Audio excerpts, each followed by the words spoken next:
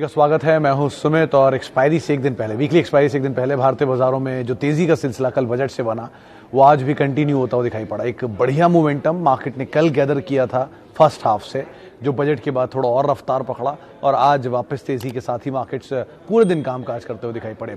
BSc के सभी sectors हरे निशान में थे। मिड कैप में खरीदारी थी, स्मॉल कैप में खरीदारी थी। 1-1.5% के आसपास की तेजी दोनों ही इंडिसेस के अंदर देखने को मिल रही थी। इंडिविजुअली स्टॉक स्पेसिफिक या फिर इंडिविजुअली अगर सेक्टर स्पेसिफिक बात की जाए तो आज बैंकिंग का दिन था, तो बैंक्स, एनबीएफसीज, इंश्योरेंस, ये तीनों सेक्टर जोरदार तेजी में कामकाज कर रहे थे। इसके अलावा आज फाइनेंस में खरीदारी थी, आईटी में सेलेक्टिव स्टॉक्स जो कि तेजी के साथ कामकाज कर रहे थे। फार्मा, कंज्यूमर ड्यूरेबल स्पेस के अंदर खरीदारी थी। नंबर्स का रिएक्शन अलग अलग स्टॉक्स पे था।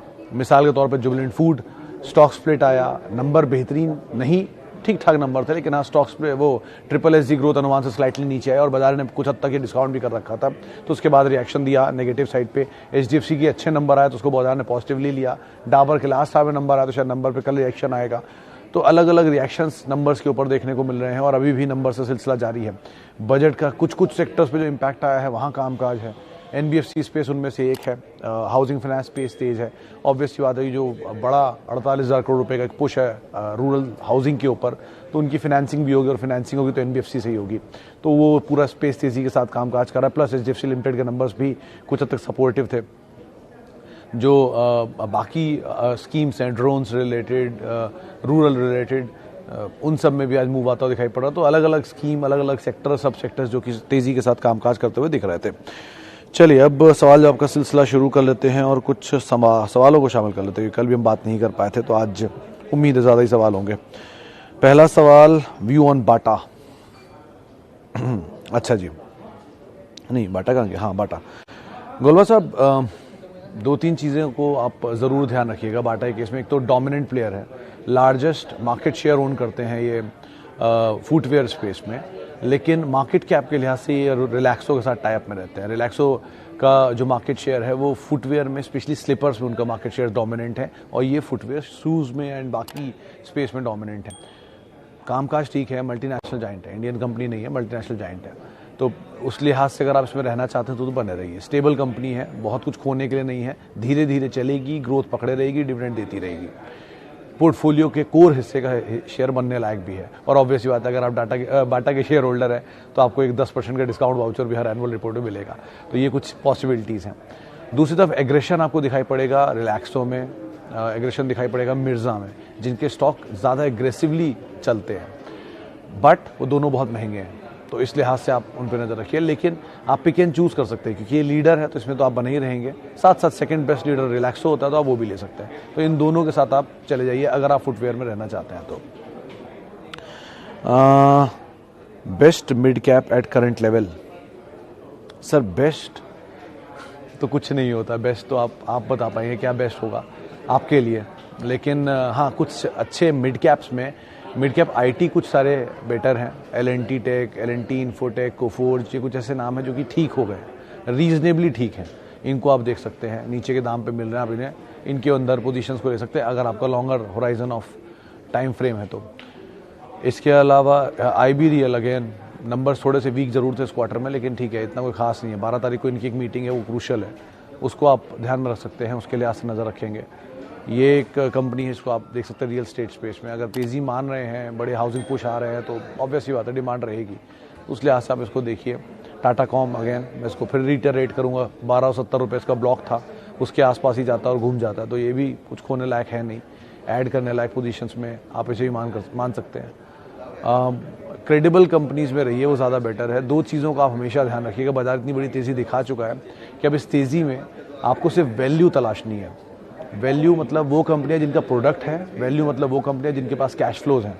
बाकी चीज़ों को आप भूल जाइए, फैंसी बिजनेस, नए कारोबार, नई ग्रोथ, EVs, सब कुछ।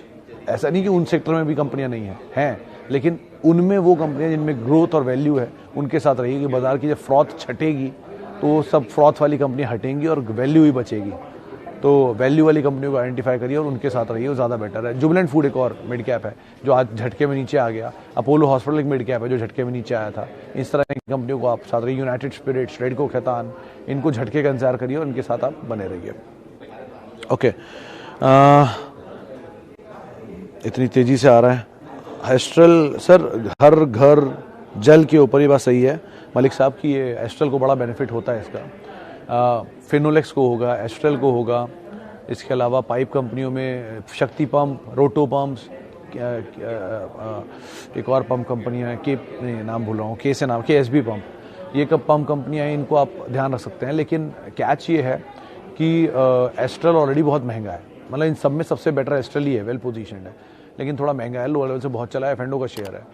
झटका दे दे कोई नीचे का तो बहुत अच्छी बात है, लेकिन अभी नहीं, थोड़ा थोड़ा करके आप ये तो ऐड कर सकते हैं, क्योंकि आप ज़्यादा पुश दे रहे हैं एडहेसिव्स के ऊपर, वो एडहेसिव वाले पार्ट को ज़्यादा फोकस कर रहे हैं इसके साथ, क्योंकि ऑलरेडी स्टैब्लिश बिजनेस है। तो कंपनी तो अच्छी है, ग्रो भी अच्छा कर रही है, एक्सपैंड भी अच्छा कर रही है, लेकिन ऑब्वियसली बात है बाजार की तेज़ी में बहुत महंगे महंगे हो गए शेयर, तो यही कभी नीचे मिलेंगे तो आप आराम से इनमें एंटर करिएगा। आप ऐसे समझिए कि जब 2010 में जुबिलेंट फूड का IPO आया था, तब उसका 35 से 38 का मल्टीपल था, वो उस समय के हिसाब से बहुत महंगा था। उस समय उसकी इक्विटी थी सिर्फ 17 करोड़ शेयरों की, वो इक्विटी नहीं 8 करोड़ शेयरों की, माफ़ कीजिएगा, वो 8 करोड़ शेयर बोनस के बाद 17 करोड़ बने, और 17 करोड़ शेयर अब स्प्लिट के बाद 65 करोड़ बनेंगे। और अभी भी ITC के as we speak 1220 crore share हैं, वोडाफोन के 2880 करोड़ शेयर हैं, यस बैंक के 1700 करोड़ शेयर हैं, ONGC second largest share own करती है, इवन रिलायंस की भी 677 करोड़ शेयर है, सबसे कम में आते हैं MRF। तो नंबर ऑफ शेयर्स अभी भी इनके कम है, तो इक्विटी इतनी बड़ी नहीं हुई है इनकी अभी भी, इतनी बड़ी तेज़ी के बाद भी। एस्ट्रल को भी इसी तरह से आप आंकिए, अगर आपको सही लगता है तो आप जा सकते हैं उसके अंदर। ओके, स्पेंसर एट 100, सुजॉय साहब, मतलब मैं गलत हो सकता हूँ, लेकिन मतलब 2-3 चीज़ें मेरे को बड़ी सही लगती हैं इस कंपनी में, 2-3 खराब भी हैं ऑब्वियसली। लॉस मेकिंग है पहली चीज़, तो ये एक थोड़ा नेगेटिव पार्ट है इसके लिए, लेकिन लॉस पिछले 5 क्वार्टर से लगातार गिर रहा है, सेल्स मेंटेन्ड है।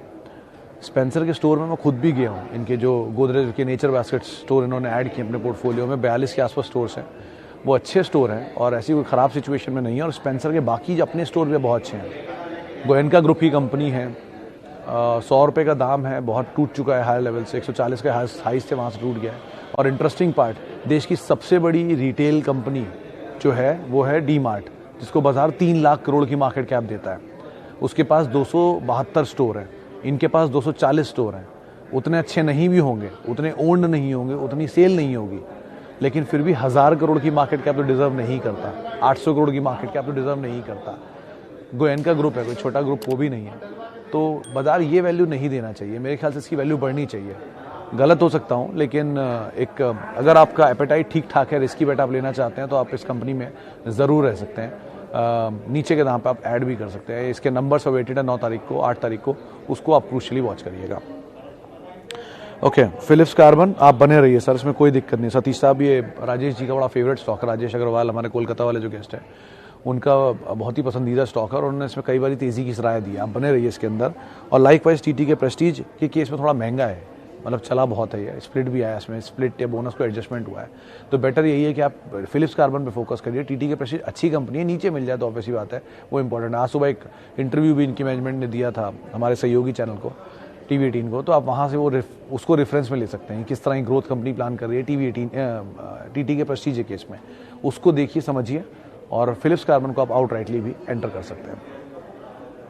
Okay, Motherson and Lakshmi organic, sir Lakshmi organic के नंबर मैंने देखे नहीं है, कल नंबर आए थे शाम को, मैं जुबिलेंट इनग्रेविया के नंबर में फंस गया था इस चक्कर में, तो लेकिन आज रिएक्शन मैंने देखा नहीं आज कैसा आया नंबर्स के बाद, नंबर्स देख कर ही इस पर मैं टिप्पणी कर पाऊंगा। रही बात दूसरे स्टॉक की जो आपने पूछा है, वो था आई थिंक मदरसन। हाँ, मदरसन थोड़ा महंगा है, वैल्यू वाइज बहुत महंगा है, ऑटो स्पेस में सबसे महंगा स्टॉक अगर कोई है तो वो मदरसन ही है। चला बहुत है, डेट है, ईज आउट कर रहे हैं, वो बात अलग है, लेकिन मूड माहौल थोड़ा सा बेटर हो रहा है, सिचुएशन ठीक है, चिप शॉर्टेज ईज आउट हो रही है तो पिकअप पकड़ लेगा। मोमेंटम के लिए आप लेना चाहते हैं, बात अलग है, लेकिन अगर आप लॉन्ग टर्म स्टोरी अगर ऑटो एंसिलरी में प्ले करना चाहते हैं, सेफेस्ट इज बॉश। सेफेस्ट क्यों है? क्योंकि वो दुनिया की सबसे बड़ी ऑटो जाइंट है एंसिलरी में, और वर्ल्ड में सिर्फ एक ही जगह लिस्टेड है, इंडिया में, कहीं और लिस्टेड नहीं है। तो ग्लोबली कोई भी ऑपरेशंस में ग्रोथ आती है बॉश के, तो उसका इम्पैक्ट इंडिया में ही आएगा, और डिविडेंड पेइंग मल्टीनेशनल जाइंट है। बहुत पुरानी हिस्ट्री है, आई थिंक 28,000 के हाइज हैं, और 21,000 का बायबैक कंपनी ने खुद किया हुआ है, तो उससे नीचे अगर आपको कोई चीज़ मिलती है तो आप उसको ले लीजिए। बहुत पहले इस सिचुएशन में गलत हुआ था एक बार सन फार्मा में, जब उन्होंने 900 रुपये का बायबैक किया था। ये बहुत कम लोग बात जानते हैं कि सन 2008-9 में सन फार्मा ने एक बार बायबैक भी किया है, और वो बायबैक 900 साढ़े 900 रुपये की रेंज में कहीं आया था। उसके बाद ये शेयर 400 रुपये तक चला गया और पड़ा रहा। लेकिन उस समय भी यही वक्तव्य था मेरा कि आप इसको लेके रखिए, अगर कंपनी रेडी है बायबैक करने में तो आपको दिक्कत नहीं होनी चाहिए। और इतने सालों बाद वो भाव आया, लेकिन आया क्योंकि बीच में वो रैनबैक्सी और बाकी इश्यूज़ भी आ गए थे। तो बायबैक के प्राइसेस को कंपनी यूजुअली मीट करती ही है, क्योंकि उस भाव पे कंपनी खुद रेडी है माल लेने के लिए।